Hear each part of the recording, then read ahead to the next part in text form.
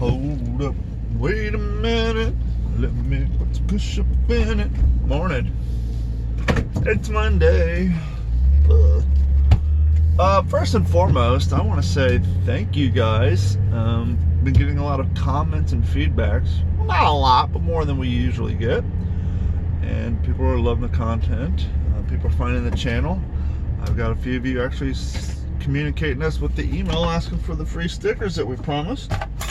So if you guys want some free stickers, you want to support the channel, or you listen to one of our podcasts, send an email to info@d-410.com. Tell me the color, the podcast, or if you just want the digital 410 icon to support this channel, that'd be awesome. We'll send it to you free, no, of charge. I'll even pay shipping. Just give us a few days to cut it, because we cut to order.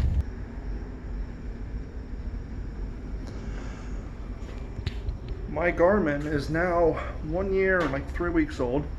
So I thought, what an appropriate time to do a half-ass review on the Garmin Forerunner 735 XT, I think. I'll have to double check that. Look, if you're a Fitbit user, they work great. Very, very, very conservative when it comes to the steps. When I had a Fitbit, I was getting like 16,000 steps a day. I think with my Garmin now, even though I run more, I get 6,000 steps a day. So that just goes to show that Fitbits aren't exactly accurate. Like I said, they're very conservative. But hey, Fitbit is a good way to start with diet and exercise. I used Fitbit for years because they're more affordable than a Garmin. But if you get past that part where you want to go from tracking steps and casual exercise to tracking runs, tracking PRs, synchronizing with Strava, want to know what your heart rate is, wanting to track a run, and just really get into physical fitness, I strongly suggest a Garmin. Once again, I got the 735 XT. I bought this last year for my first Savage Race because the Fitbit I had was not waterproof, and I knew that the Savage Race was going to destroy that thing. So as a birthday present, Carrie got me a birthday present, yeah, birthday or early Christmas, I can't remember. But Carrie got me the Garmin, and so I thought, what a better time to do a half-ass review on it than the fact that now that it is 1 year old. Nice features included, which I can't show you because I'm holding my phone with one hand. I will say that the graphics on this are not as fancy as a new iPhone, newer smartwatch. This is an older model of Garmin, but this model is so popular that they're still selling it because it's rugged, it's waterproof. This one's designed for people who do triathlons. It's designed for tracking your swims, your bike rides, your runs. You can change the watch face on it. You do get your text messages on it. You do see who your phone calls are. So it does act as a smartwatch in that way. And you can change the watch face on it. You can add widgets to it. You can add exercises using the Garmin Smart Connect app. So I finished the race, much like last year. I think there's 28, 29 obstacles. I only failed on 4. Didn't lose anything but my bib this year. Almost lost a contact. That's fun running and trying to keep a contact in when you're covered in mud and horse shit. But anyhow, all in all, good time. Cold front's coming in. Okay, check it out. I think I talked about it in the past. Fitbits are great for when it comes to getting into fitness and trying to track your steps, track your water consumption, your food intake, calorie burning, and all that. So what I'm doing today, I stole Carrie's Garmin. I have the Garmin Forerunner 73 XT XXL MOP. I don't know. I don't focus enough on the model number to remember what the hell I have. I'll put the information in the video. But I got Carrie's Garmin, and I got my Garmin. I want to go out and do maybe 3, 4, 5, depending on how I feel. It is getting cold out here, hence the shirt, so my knee should feel great, and I should hopefully get some more miles in. But I thought it would be interesting to see if we set both the Garmins, do the same run. Hypothetically, they're both Garmins, they both use the same satellite, so they should have the same distance. So I thought it'd be fun to go on a run with 2 Garmins, same time, start them up, and see what the end results are. So hang around and we'll see what happens. What's up, everybody? Okay, I just did 4.2 miles. Just give you a little hint, I'm gonna go take a shower, catch my breath, look at the stats, come back and record my findings. I'm kind of out of breath. I just give you a little hint. Majority of it's accurate and the same, but I did see and come across some interesting differences between the two that I want to go and research, pull the data off of each phone from each device, get some screenshots. We'll do some data comparison, because I did find one thing I know for sure is not the same, and one I'm speculative on. I just have to check some wordage to make sure that I'm looking at the same data on both of these while running a 940 pace. So I'm gonna go get cleaned up, catch my breath, take a cold shower, and we'll get right back to the data. What started out to be a fun little comparison run, I think I came across something very interesting. So hold tight. Okay, so I've taken my shower, I'm all cleaned up, and I'm ready to give you guys the final specs reviews on the Garmin Forerunner 735 XT. Might help if I turn it right side up. And the Garmin vivoactive 3. These are the two watches. This is mine. This is the watch I've been wearing for now a year and 3 months. And this is Carrie's Garmin. She's had for about a year and 2 months. Actually, no, she got hers before mine, so she's had hers about a year and 5 months, believe it or not. I guess what we should do is go over the specs a little bit first. So first and foremost, the Garmin Forerunner specifications. So what is the major difference between these two watches? The Garmin Forerunner 735 XT retails at $349.99. GPS running watch with multiple features and wrist-based heart rate. Measures heart rate at the wrist so you can run freely on race day. Provides advanced dynamics for running, cycling, and swimming. Includes ground contact, time, balance, strength, stride, and vertical ratio, and more. Offers VO2 max estimates, lactate thresholds, race predictor, and recovery advisory. The day I went out the other day and I ran 7 miles, I ran a 10K, 6.5. It said I needed a 3.5 day recovery time. So oftentimes I'll take that into consideration and I'll use that as advice for why I should go kayaking or riding my bike instead, or maybe go to the gym. It does synchronize with your Strava, and so does the vivoactive 3. Cool feature about this is if you have it set up with your Strava and you have segments in your area, the places where you run all the time, it'll notify you, hey, you're 134 feet before segment number 3. And then when you get there, it'll kick off a separate time, and it'll show you the average time of the fastest person, or the local legend, if you will, who's run that segment in your area, and it'll actually show you how far off you are of their time. And then when you go off course to continue on your run, it'll say off segment. Once again, this is a half-ass review. If you're new here, well, we don't get full-blown into everything. That's why these are half-ass reviews. If you want to find out more, just simply Google the Garmin Forerunner 735 XT. I'm just giving you the basic features for comparison's sake. Now we're going to go over to the Garmin vivoactive 3. The Garmin vivoactive 3 white with stainless steel hardware. The Garmin vivoactive 3 is an activity tracker smartwatch combined into an all-around sleek-looking device. Its stylish design includes a sunlight-readable color touchscreen that is built in, has elevated heart rate monitor. In terms of functionality, the vivoactive 3 features built-in sport apps and provides a GPS. This one does do the heart rate monitor as well. It'll track your pace. It does also synchronize with Strava.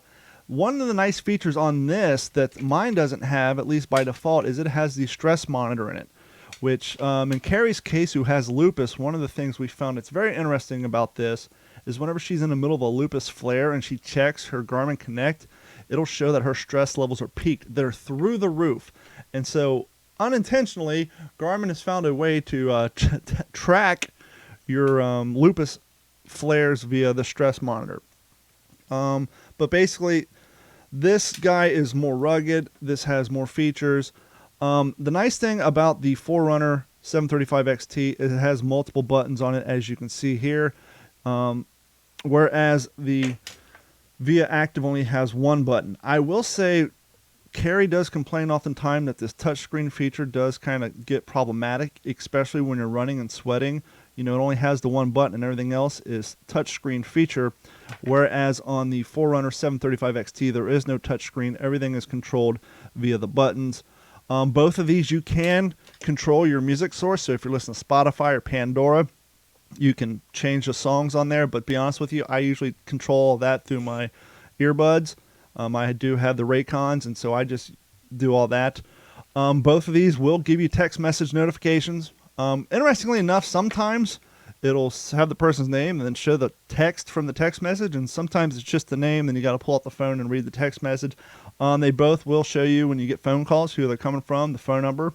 When I was wearing carries, one of the things I do when I go for a run is I'll drop the tailgate on my truck and I'll kind of do planks and push-ups and stretch out.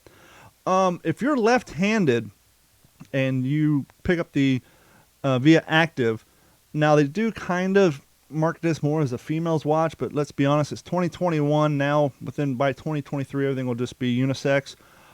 If you're left-handed and you put this on your right hand, one of the problems I found, because the one button is at the 3 o'clock position, that when I was doing my stretches, my forearm was actually pressing the button and changing the settings on it. Whereas on the Garmin Forerunner 735, the main buttons are at 1 o'clock, 4 o'clock, 11 o'clock, almost 9 o'clock, and in between 7 o'clock. So there's really, regardless of what arm you wear it on, I've yet to have, if I'm doing push-ups, Spartan races, or whatever, I've never accidentally pressed a button with my arm. Whereas on the vivoactive, the one time I was doing planks, because of that 3 o'clock position button, it didn't, and it was on my right arm. If it was on my left arm, my hand probably would have made the same contact. So that is the downside on the vivoactive. The vivoactive is definitely a nicer, sleeker watch for your daily wear. You're at whether you're at work, club, church, whatever. This is definitely a nicer, sleeker, more fashionable everyday watch. Whereas the Forerunner definitely says, "Hey, I'm an active cat. This is my watch. It's big, bulky. I don't care." The only problem I've had, only failure point I've had in the year and 3 months, I don't know if you can see it right there, that little tiny line. That is where I had to super glue it. Just 3 days ago, the band broke. Not the band, but what I call the belt that holds the extra wrist strap in place. It actually broke, but what I did is I used, it's super glue technically, but it's actually super glue designed for the application of fake fingernails.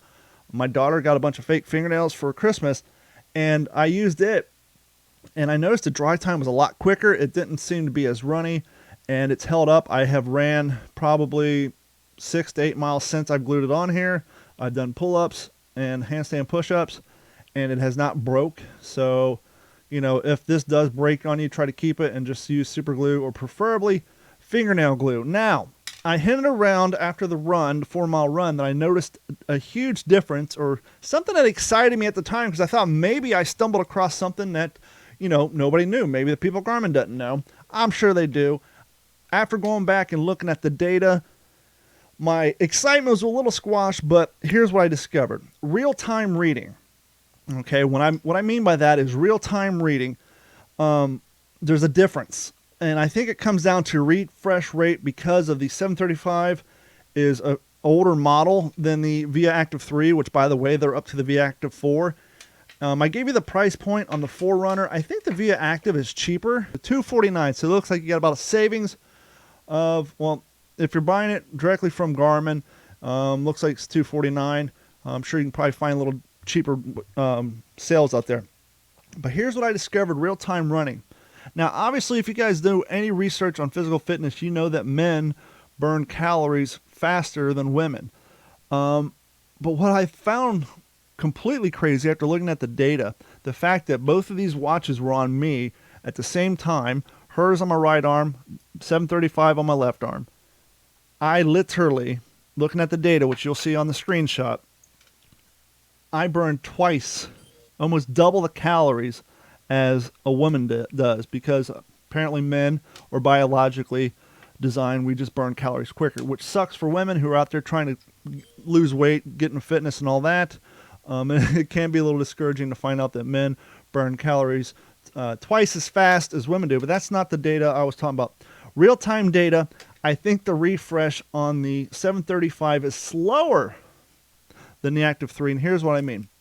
When running in real time, the pace, even though I started this watch 2 seconds before I started this one, probably more 1.5, but when you see the screenshots on the data, I think it said that the run time So on a 735, XT was 2 seconds longer than the vivoactive.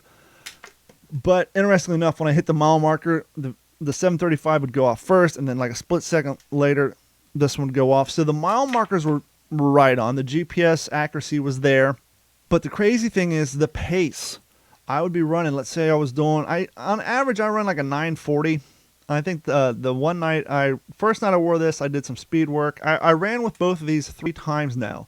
And so the real-time data in which I'm talking about has been consistent the whole time.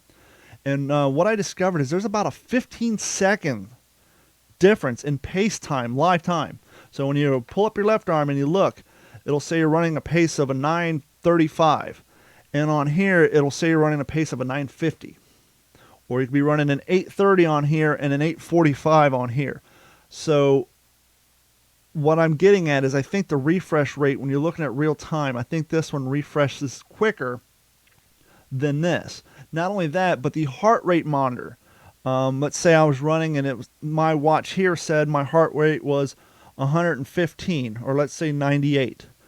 This watch would say it was 100, or this watch would say it was 70. So it was like almost, I know my math's off, I'm doing math in real time, I'm horrible at math, but at the end of the day, in real time, the Forerunner 735 XT says I had a faster pace than the vivoactive, and also said my heart rate was like 10 to 12 points higher at any time than when looking at the real-time stats on this. But the reason I'm saying refresh rate is because when I got home and looked at the data that you can see here, the pace and the heart rate was only off by like 1 point. And the overall end of the race time, you'll see the data says that it's off by 1 point. So the conclusion is at the end of the run itself, the data is pretty much on point with the give or take of 1 point. But interestingly enough, when you're running in real time, the 735 will say you're running faster, at a faster pace, and have a higher heart rate than this guy. It could also be because this particular watch has been formatted by Carrie for a female of a certain age, whereas this one has been configured for me as at a male at a certain age. I don't know if anything goes into that real time. I do know that at the end of the run, in the final data, it does come up as being an issue, because once again, it shows that I burnt twice the calories on the 735 than I did on the vivoactive 3. With that being said, as you can probably see, this one definitely does have a nicer, crisper display. This one's a little more old school. You can change the watch faces on both of these via the Garmin Connect app that you put on your cell phone. The storage capacity on this is super small. If you're going to add segments, try to add a weight program or anything like that, and a few watch faces, you're going to use the storage space on this real quick. So choose a watch face that you like. Chances are once you find one you like, you'll just keep it there for the year. So the storage space on both of these are relatively small. But overall, as I said at the beginning, Fitbits are a great way to get into fitness and get active.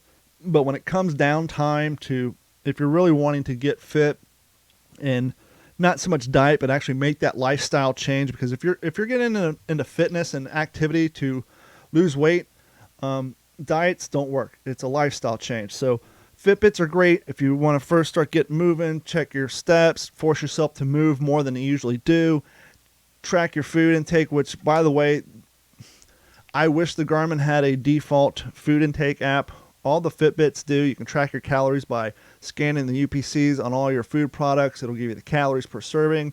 All that stuff's easily tracked. Garmin doesn't have that. At least the 735, it gives you weight. You can put your weight every day, your hydration, your water. By default, because this is a triathlon watch, the default widgets are running, biking, and swimming. All in all, I love the Garmin 735 XT. Carrie loves her vivoactive. Once again, they're both over a year and 3 months, have had no issue with battery life. They still, I think I charge mine once a week, maybe twice. I think I'll charge on a Saturday and then on Wednesday. Right now it's at 31%. Carrie's is at 86%. They do both show you, this guy will show you nice little features. It'll show your heart rate in real time. You can set it to show your steps for today, your calories burnt, and it'll actually go and show you the last run you have. You can see mine there. It's I ran a 5K yesterday, and it'll show you my pace and all that. So it has quick access screens. But yeah, I found it interesting that when I was running in real time, that's why I was kind of excited on that video that, oh, I thought I discovered something. I thought I discovered this huge inaccuracy. And when I did the data dump, I was expecting the data dump to reflect the real time data, but it doesn't. It corrects it. So if you and your wife, your girlfriend, or you and your husband, whatever, and one of you have a 735 and the other one's got a vivoactive, and you're, why is his pace faster than mine? Real-time pace, at least on these two devices, this one does show up to 15 seconds faster, which is crazy in real time. The heart rate being off 10 points, whatever.